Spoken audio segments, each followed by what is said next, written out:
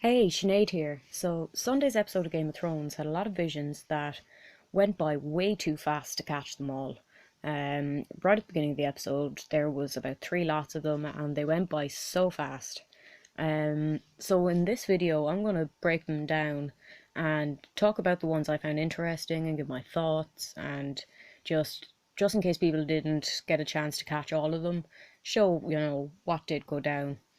A lot of the visions are repeated, so I'm gonna go through like each image once. So if they're repeated again later, I'm not gonna mention it when they happen again.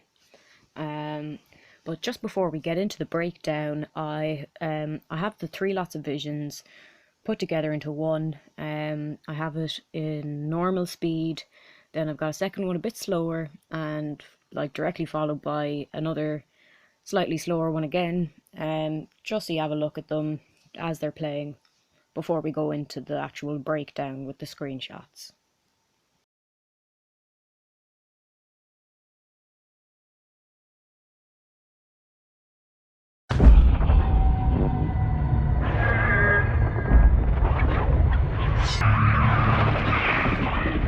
Burn them all! Where's my sister?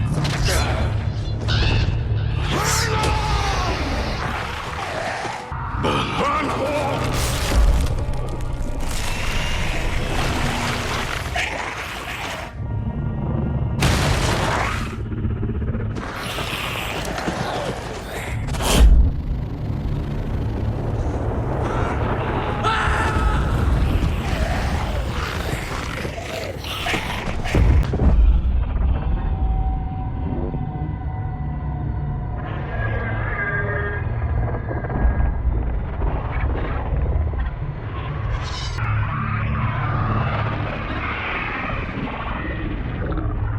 Burn them all!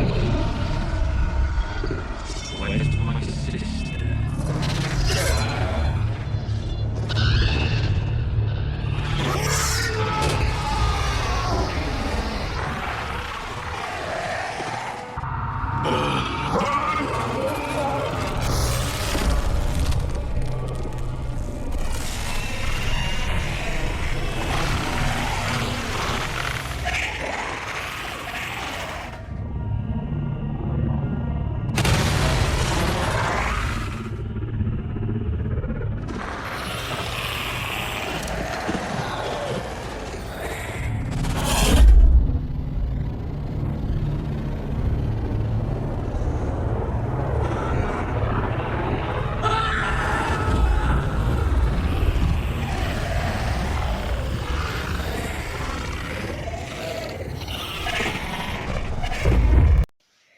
Okay, so the first thing we see are the pyromancers placing caches of wildfire underneath King's Landing.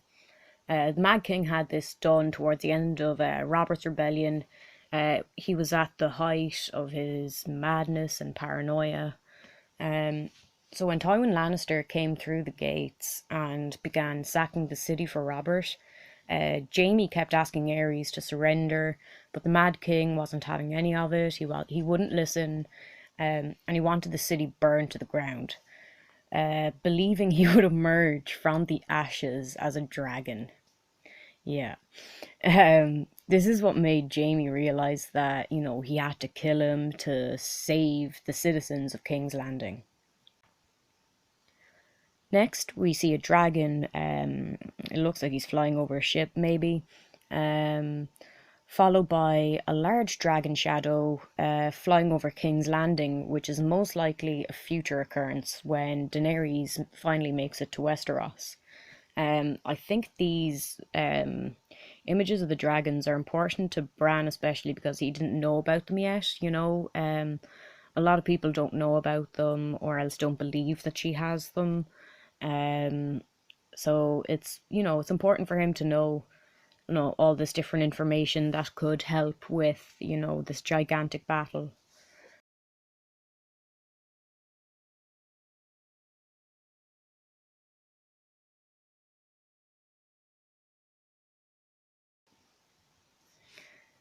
So then we see the Night's King doing his come at me bro stance towards Jon at Hardhome. I love that moment. It's just like, yeah, See what I can do? I can raise the dead, bitch. Then we see Val, the wildling, as a white. We see Bran falling out the window in episode 1. Then what seems to be a time lapse of dawn breaking in what looks like it's up north. So this seems to me seems to be a bit of a metaphor and kind of like a signaling the end of the long night, or as it's also known, the war for the dawn. And either the first long night or the one that's coming. Then we see Catelyn's murder at the Red Wedding. We get a glimpse of Daenerys with her newborn dragons. We see Craster's son about to become a White Walker, which is also useful for Bran because, like, he knows that the Children of the Forest made them once and that they lost control of them, and that, you know, they're fighting them now, or they were fighting them. So this is showing Bran that, you know, this is how they're made now. They can still be made, you know. If the Night King is there, he can probably make more White Walkers if he just gets his hands on babies. So I think that could be quite important. An important reason why Bran is seeing it. We get a flash of Ned's death, the large group of crows that gathered before Sam and Gilly's White Walker encounter, and a brief image of what kind of looks like the weirwood roots in Bloodraven's cave. Then we see the pyromancers again, pouring wildfire. We see the Mad King, and this time he's yelling "burn them all," which we know from Jaime were his last words, repeated over and over again. Then in the next clip we see something that hasn't happened yet. We see wildfire rushing down the tunnels that we saw in the pyromancer images. This would be most likely caused by Cersei after she completely loses it. Now, whether that's, you know, after the death of Tommen, or even possibly like when Daenerys makes it to King's Landing and she's like, no, this is the, you know, younger, more beautiful queen coming to take everything I have, you know, I'm just going to burn it all down so she's nothing to take. That's just my theory anyway. And this has been foreshadowed in the books. You know, she burns down the Tower of the Hand, and in the show there's been some foreshadowing as well, and I've got a couple of clips here now that should give that a bit of weight.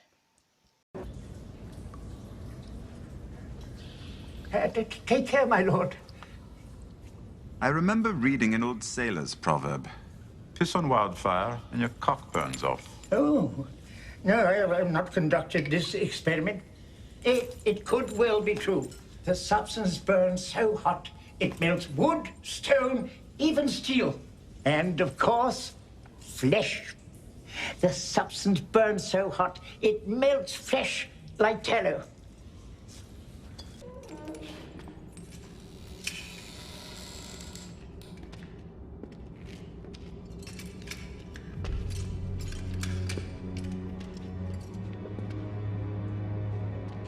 We have been working tirelessly, day and night, ever since your royal sister commanded us to do so. Our present count stands at 7,811. Enough to burn Stannis Baratheon's fleet and armies both. This is a shit idea. I'm afraid I have to concur with my advisor, Wisdom Haley. The contents of this room could lay King's Landing low. You won't be making wildfire for my sister any longer. You'll be making it for me. Do you think you'll be the first person dragged into a sept to be married against her will? When you marched into the throne room to tell me we'd won the Battle of Blackwater, do you remember? I was sitting on the Iron Throne with Tommen. I was about to give him essence of nightshade. That's how far I was willing to go when I thought someone awful had come to take my son away. Someone awful is coming to take him away. No. Joffrey is dead. Marcella's been sold like livestock, and now you want to ship me off to Highgarden and steal my boy. My last boy.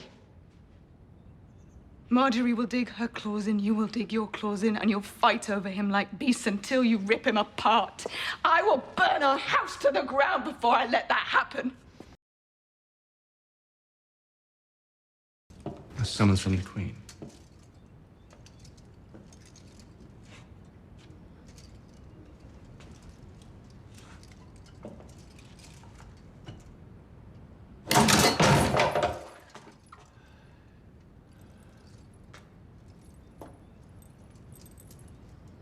There are only two like it in the world.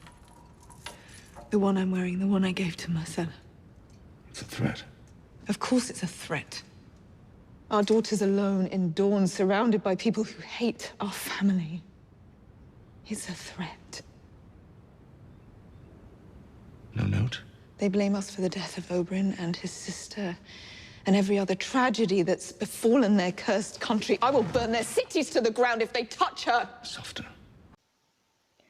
Next, we get a glimpse of Jaime drawing his sword to kill the Mad King. We have Ned at the Tower of Joy asking Sir Arthur Dane, "Where's my sister?" which is directly followed by what we can only assume is Lyanna Stark in a bed of blood in the tower after Ned finds her. R plus L equals J is so close I can almost touch it. I cannot wait. We need that reveal, like, straight away. Then we see Jaime betraying the Mad King and stabbing him in the back, which I pray to the gods we get to see the full scene. I have been waiting for that for a very long time. And that's then actually paralleled by the King in the North, Robb Stark, being betrayed and killed by his sworn bannerman, Roose Bolton. I just thought that was a cool parallel there. Then we get more of Jaime killing Aerys. We see the crow from Bran's dreams early on.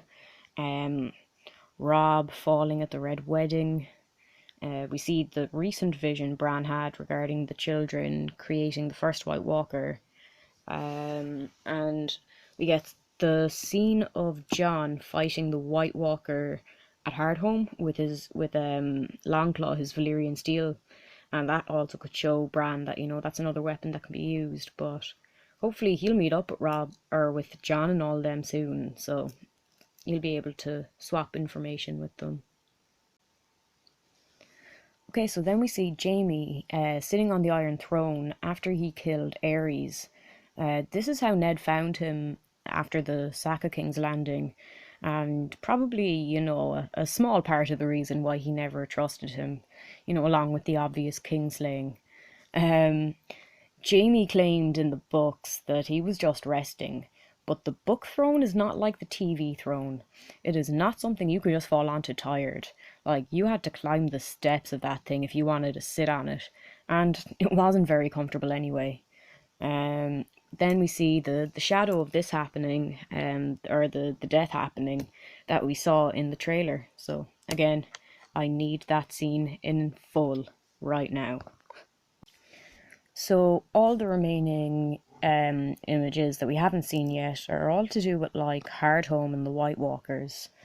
We see the Whites that are en route to Bran and Mira, the gate coming down at Hardhome. Bran seeing the army of the dead for the first time. You have the Whites falling over the cliff at Hardhome. The child Whites that were there, which were very creepy. But from back in, I think, season 2, you have the dead horse that the White Walkers rode. You have the White Walker from the season 2 finale, with his small army of the dead. That I think Sam sees before getting back to the Night's Watch. There's just more Hardhome, Army of the Dead, and then we have Bran getting marked by the Night's King, which is a reminder that maybe the magic that protected the cave, could be the same magic that protects the wall. And that now that he's marked, if he goes past the wall, they'll probably be able to get past it as well, or something like that. because it's such a recent thing though. Like maybe why would you have to see it again? Why would we see it again? So I just think it could be something important there. And also you get the slight bit of foreshadowing with Jon saying to Ed before he leaves Castle Black, being like, you know, don't knock it down while I'm gone. So poor Ed, he might actually be the Lord Commander when the wall is breached. Now the last thing I want to talk about, when I was watching the clips just over and over again in normal speed, and I think during the second or third lot of visions, when he's seeing himself falling out of the tower again, and it goes to the Mad King again saying burn them all. But right before you hear the Mad King say burn them all, you can just about hear another voice that's a bit deeper. It's not as, you know, it's not as anxious as the Mad King who's yelling, you know, burn them all, burn them all. But you hear another voice that's a bit calmer. It's a bit, it's much deeper, and you just vaguely hear burn them, and then followed by the Mad King saying burn them all, burn them all. So I'm going to play that for you as well.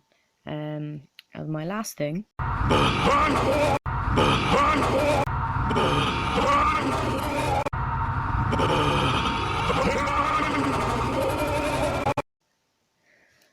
Okay, so let me know what you think about that that extra voice being in there really quickly. You know, the sound's different, saying burn them just before King Aery says burn them all. If there's something to it, or am I just reading into things a bit too much? But yeah, anyway, thanks for watching. This is my first non-reaction video, so I hope you like it. If you want more videos like this, let me know. Let me know what kind of video you want, or what topic, or whatever. And yeah, thanks for watching, and I'll see you Monday after the next episode. Bye.